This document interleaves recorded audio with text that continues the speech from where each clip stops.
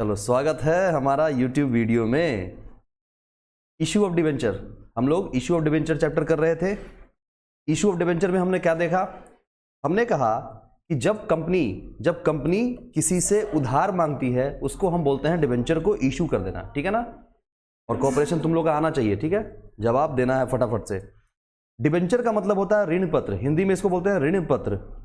ऋण पत्र, ऋण पत्र का मतलब क्या कि जब कंपनी कर्जा मांगे, कौन कर्जा मांगे? कंपनी। किससे कर्जा मांगे? जो बैठे हुए हैं बाहर लोग, उनसे मांगे।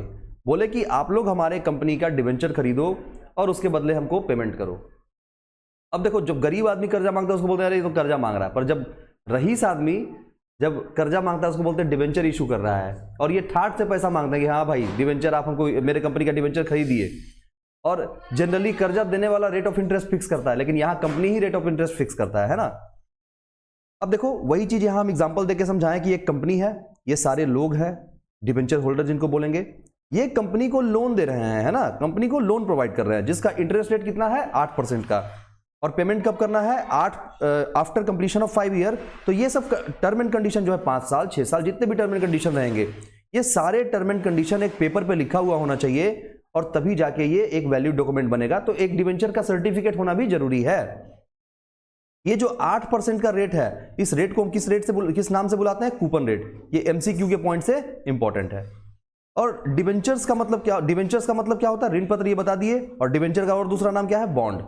हम बॉन्ड भी बोल सकते हैं। बॉन्ड भी होता है एक डॉक्यूमेंट जो लोन देने के लिए किया जाता है, इशू। तो बोलता है debenture is a written document. कैसा डॉक्यूमेंट है? Written document issued by the company. Company के द्वारा इसको इशू किया जाता है। काहे के लिए? Acknowledging the borrowings. मतलब बोरोइंग का मतलब कर्जा, कर्जा को एक्नॉलेज करने के लिए। The terms of repayment of principal and the payment of interest at a specified rate and stated in the document. क्या बोला? कि जो भी पेमेंट, रीपेमेंट ऑफ प्रिंसिपल का रहेगा time, plus payment of interest, जितना इंटरेस्ट पेमेंट करना है, वो सारा बात उसमें स्पेसिफाइड होना चाहिए। मतलब एक डॉक्यूमेंट होना चाहिए, पेपर पे लिखा हुआ होना चाहिए और उसमें सारे टर्म एंड कंडीशन मेंशन हुआ होना चाहिए। उसी को हम क्या बोलेंगे? डिवेंचर बोलेंगे, है ना।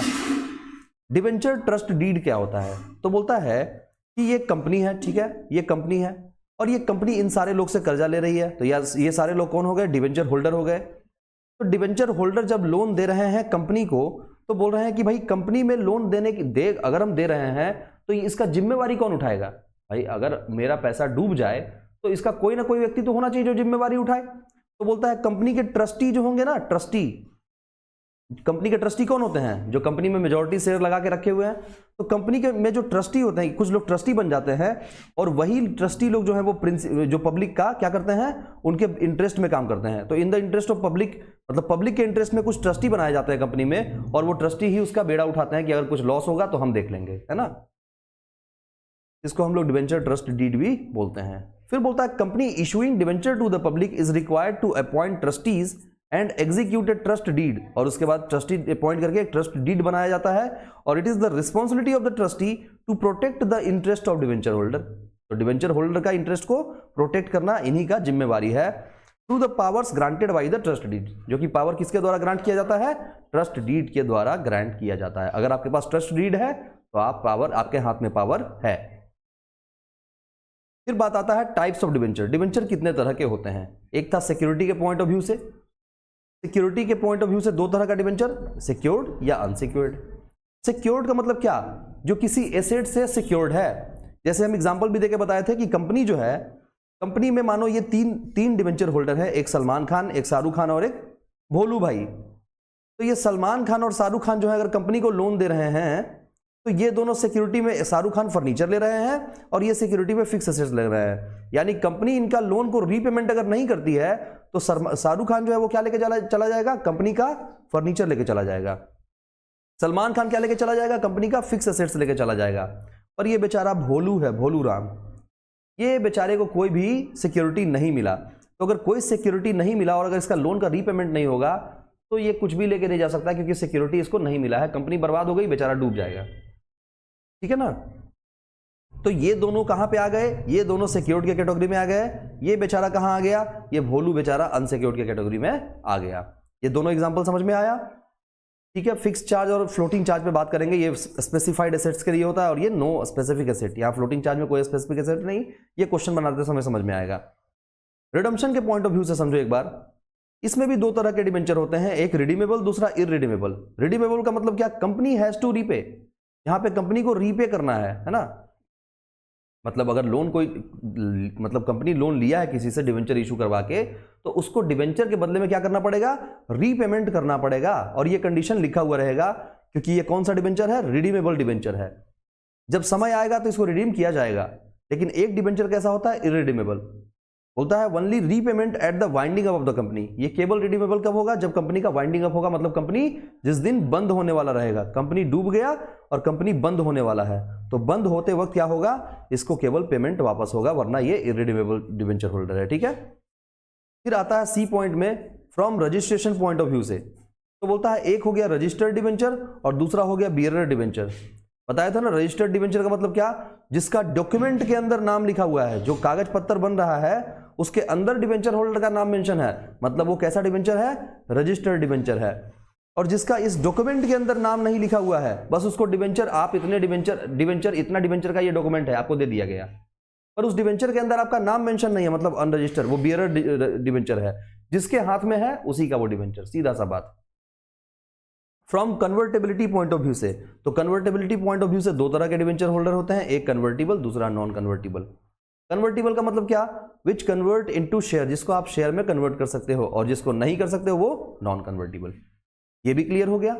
अब बोलता है डिबेंचर का प्रेजेंटेशन बैलेंस शीट में कैसे करेंगे, तो बोलता है बैलेंस शीट में करने के लिए देखेंगे सबसे पहले कहां पे दिखाते हैं, याद करो वो पूरा कहानी जो हम लोग बैलेंस शीट को रटे थे एज पर शेड्यूल 3 के हिसाब से। कैसे रटे थे, हम बोले थे equity and liability, share holders fund, share capital, reserve and surplus.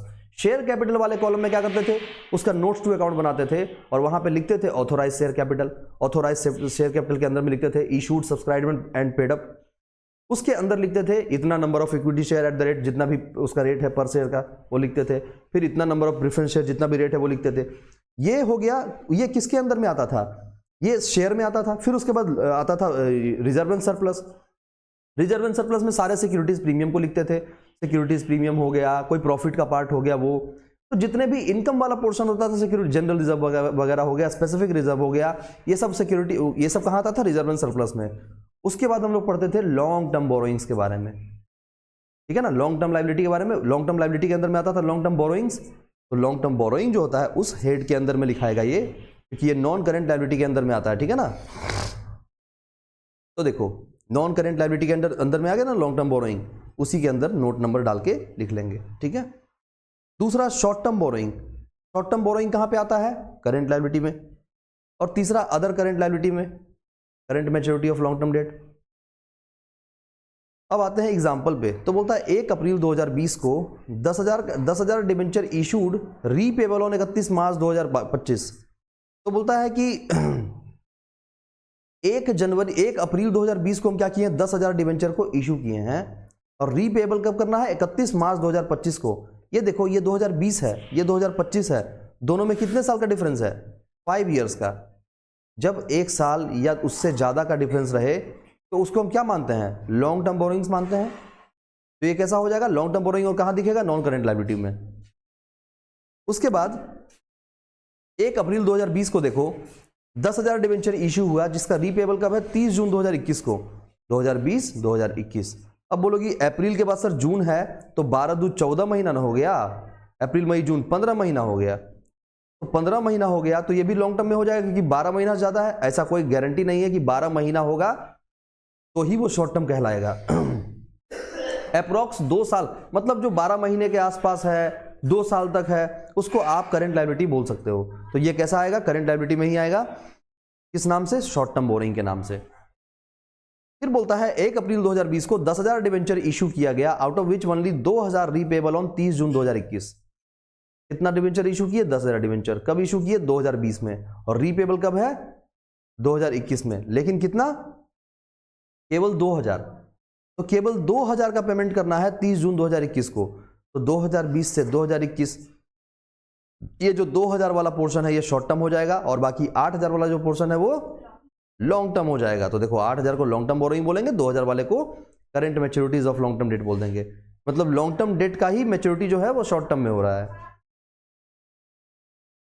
उसके बाद डिस्कस कर रहे हैं मैच पर बैलेंस शीट, तो वही चीज जो बात ऊपर बताया वही बात यहाँ लिखा हुआ है। 1 अप्रैल 2020 ये हो गया 31 मार्च 2021। अब यहाँ से आसपास में ही 2021। अच्छा जी, तो देखो ये साल तो यहाँ खत्म हुआ। अब जब साल खत्म हुआ तो अकाउंटिंग तो यहीं पे करते हैं, और यहाँ से 30 जून अगर आ रहा है तो केवल 3 महीने का ही गैप है ना, तो केवल 3 महीने का गैप है, इसमें तो 15 महीना हुआ भी नहीं, 3 ही महीने का हुआ।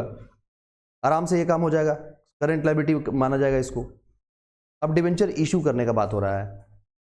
बोलता है आप डिवेंचर को एट पार, मतलब दाम का दाम 10 रुपये का डिवेंचर 10 में ही इशू कर सकते हो। अगर डिवेंचर का दाम 10 रुपये है तो आप 10 में ही इशू कर रहे हो एट पार।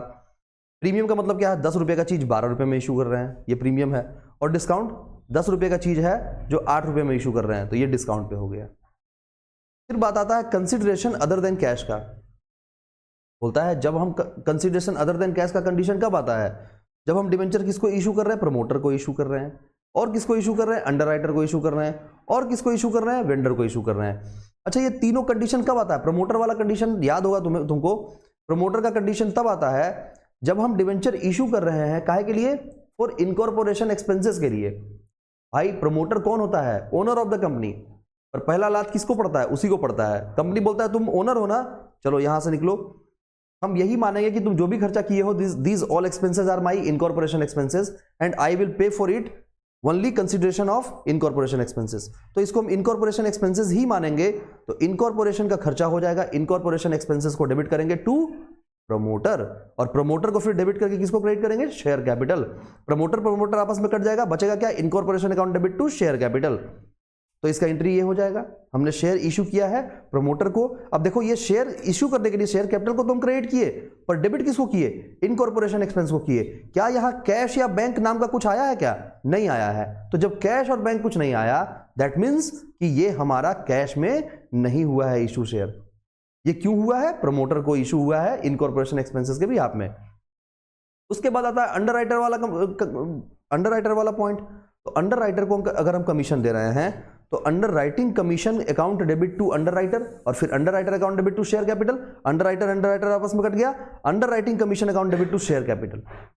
यहां भी शेयर कैपिटल क्रेडिट हुआ, लेकिन किसके चलते, अंडर राइटिंग कमीशन के चलते। तो क्या कैश और बैंक डेबिट हुआ, नहीं हुआ ना, यानी ये भी कंसिडरेशन अदर देन कैश है। और तीसरा आता है वेंडर। वेंडर को पेमेंट कब करते हैं, फॉर परचेज कंसिडरेशन।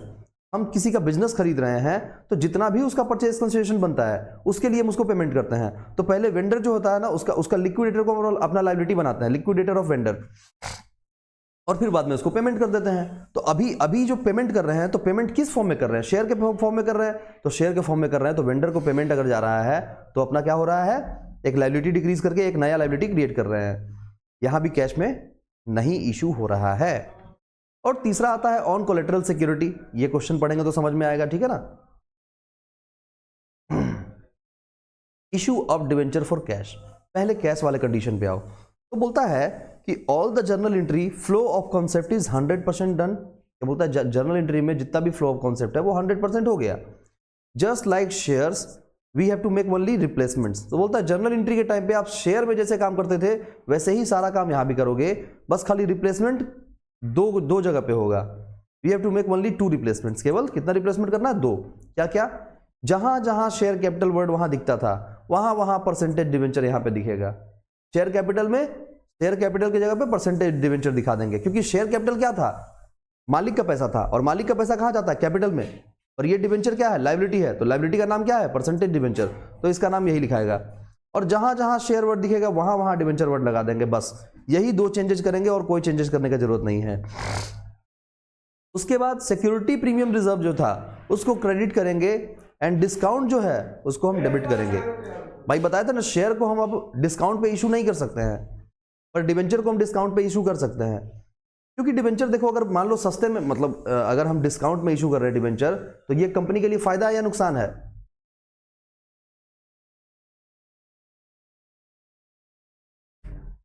तो डिस्काउंट दोगी तो और लोग खरीदेगा, तो तुम्हारा तो कंपनी का नुकसान ही है ना। मानो हमको अपने डिवेंचर होल्डर से 10 रुपये आना था, हमने मार्केट में इसको 8 रुपये का इशू किया, तो मेरा तो फ्लैट 2 रुपये का डिस्काउंट जा रहा है, 2 रुपये का लॉस जा रहा है ना। जो बाद में ये आदमी हमसे लेगा कितना, 10 रुपये के हिसाब से पैसा लेगा, दे कितना रहा है, 8 रुपये के हिसाब से दे रहा है, 2 रुपये का तो फ्लैट मेरा नुकसान हो रहा है। तो डिबेंचर को अगर हम सस्ते दाम पे इशू करते हैं तो मेरा कंपनी का नुकसान है। हम कभी भी कोई भी चीज़ नहीं चाहते कि हम सस्ते दाम पे इशू करें, हम हमेशा चाहते हैं कि इसको महंगे दाम पे इशू करें, पर मजबूरी है, कोई खरीद नहीं रहा है तो फिर तो आपके पास मजबूरी है, सस्ते दाम पे इशू करना पड़ेगा। जैसे शेयर वाले में एंट्री होता था वही एंट्री यहाँ भी होगा, bank account debit to debenture application, फिर debenture application account debit to percentage debenture. ये जब एप्लीकेशन मनी रिसीव कर लिए होंगे उस समय का है, और जब हम इसको ट्रांसफर कर दिए होंगे डिवेंचर अकाउंट में तो ये उस समय का एंट्री है, ठीक है ना। उसके बाद debenture allotment account debit to percentage debenture to security premium reserve. जैसे वहां पे करते थे, अलॉट किए डिवेंचर, उस वक्त क्या किए, डिवेंचर परसेंटेज डिवेंचर में इसको ट्रांसफर किए फेस वैल्यू पे, और बाकी अगर कुछ प्रीमियम है तो प्रीमियम को क्रेडिट कर दिए। फिर जब पैसा आया तो जितना पैसा आया उसको डेबिट मारो, जो नहीं आया उसको भी डेबिट मारो, और डिवेंचर अलॉटमेंट, ये जो अकाउंट खोल के ऊपर बैठे थे डिवेंचर अलॉटमेंट का, उस अकाउंट को यहां पे बंद कर दो, ठीक है। Issue of debenture as collateral security, बताया था ना, नीचे पॉइंट समझ में आएगा। कंपनी का ये कहानी देखो, एक कंपनी है, ये बैंक है, बैंक ने कंपनी को लोन दिया 5 लाख रुपए का, और सिक्योरिटी में क्या लिया, बोला building, furniture, stock etcetera, 6 lakh रुपए का था ये बैंक वाला ने इसको सिक्योरिटी में ले लिया। उसके बाद देखो डिवेंचर जो है कंपनी ने डिवेंचर भी लिया, कितने का लिया, 4 लाख रुपए का, और उस पर कोई इंटरेस्ट उसको नहीं मिलने वाला है, ठीक है, क्योंकि ये जो डिवेंचर है ये जस्ट एक कोलेटरल सिक्योरिटी के तौर पे बैंक में गया है। नहीं समझ में आया। हम बोल रहे हैं कि बैंक वाले ने कंपनी को दिया लोन, ठीक है, अब लोन के बदले सिक्योरिटी लिया, क्या चीज, बिल्डिंग, फर्नीचर, ये सब सिक्योरिटी पे है, लिया नहीं है, बस सिक्योरिटी के लिए जब्त कर लिया है कि अभी जब तक आप लोन पेमेंट नहीं करते हो तब तक ये मेरा है। और लोन के बदले कंपनी ने वो क्या किया कि उसको डिवेंचर भी दे दिया 4 लाख रुपए का, बोला 6 लाख रुपए का आप सिक्योरिटी भी रखो, 4 लाख रुपए का डिवेंचर भी रखो, और लेकिन ये जो डिवेंचर है ये जस्ट एक कोलेटरल सिक्योरिटी की तरह काम करेगा कि आपके पास पड़ा हुआ है डिवेंचर, हम इस पे कोई इंटरेस्ट वगैरह आपको नहीं देने वाले हैं, ठीक है ना, ये आपके पास सिक्योरिटी के तौर पे है।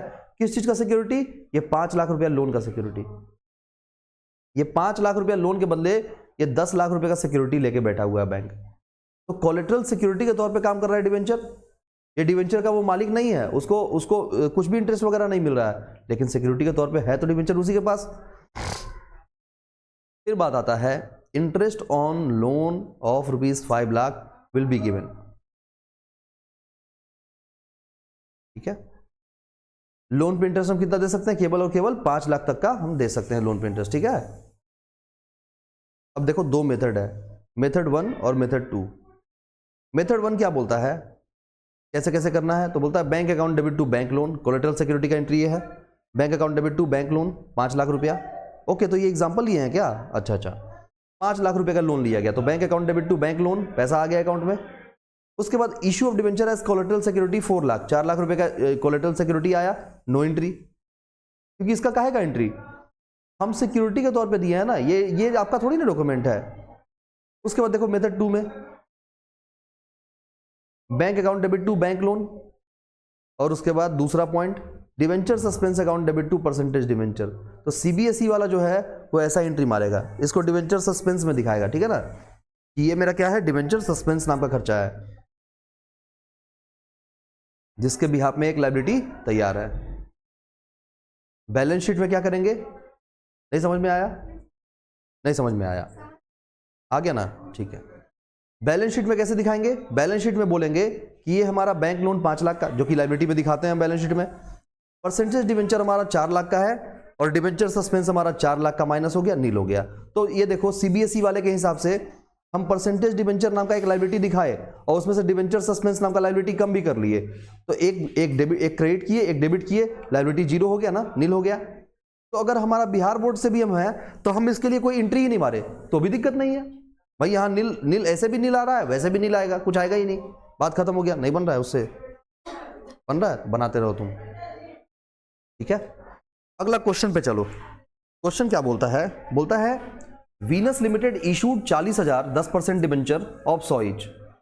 वीनस लिमिटेड ने 40,000 10% डिबेंचर 100 रुपए का इशू किया, एट पार पे इशू किया। कैसे किया, एट पार पे, for cash payable in full along with the applications were received for 60,000 debentures. तो देखो 40,000 इशू किए, 60,000 का ये आ गया, एप्लीकेशन आ गया, क्या लगता है औकात से ज्यादा आया? तो इसमें ये ओवर सब्सक्रिप्शन है या अंडर सब्सक्रिप्शन है?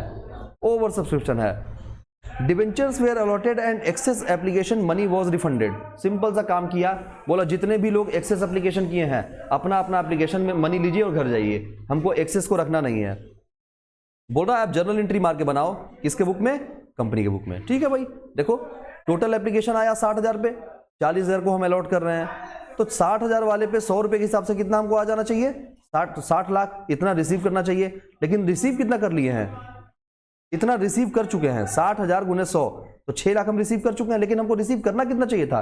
केवल 40,000 पे करना चाहिए था 100 रुपए के हिसाब से, यानी 40 लाख रिसीव करना चाहिए था, यानी 20 लाख वाले को हम पैसा वापस कर देंगे। ठीक है, और यहां पे जो 100 रुपया है ना, ये लमसम में है। लमसम बोले तो एक मुश्त में, लमसम का मतलब होता है हिंदी में एक मुश्त। यहां ये नहीं कि एप्लीकेशन पे 10 रुपया, अलॉटमेंट पे 50 रुपया, फर्स्ट कॉल पे 40 रुपया, ऐसा करके नहीं है यहाँ बाइफर्केशन, ये लमसम में है, एक ही बार 100 रुपया, यानी जितने लोग अप्लाई किए होंगे 100 रुपया एक ही बार भर दिए होंगे, है ना। तो पैसा जब आया, bank account debit to debenture application and allotment.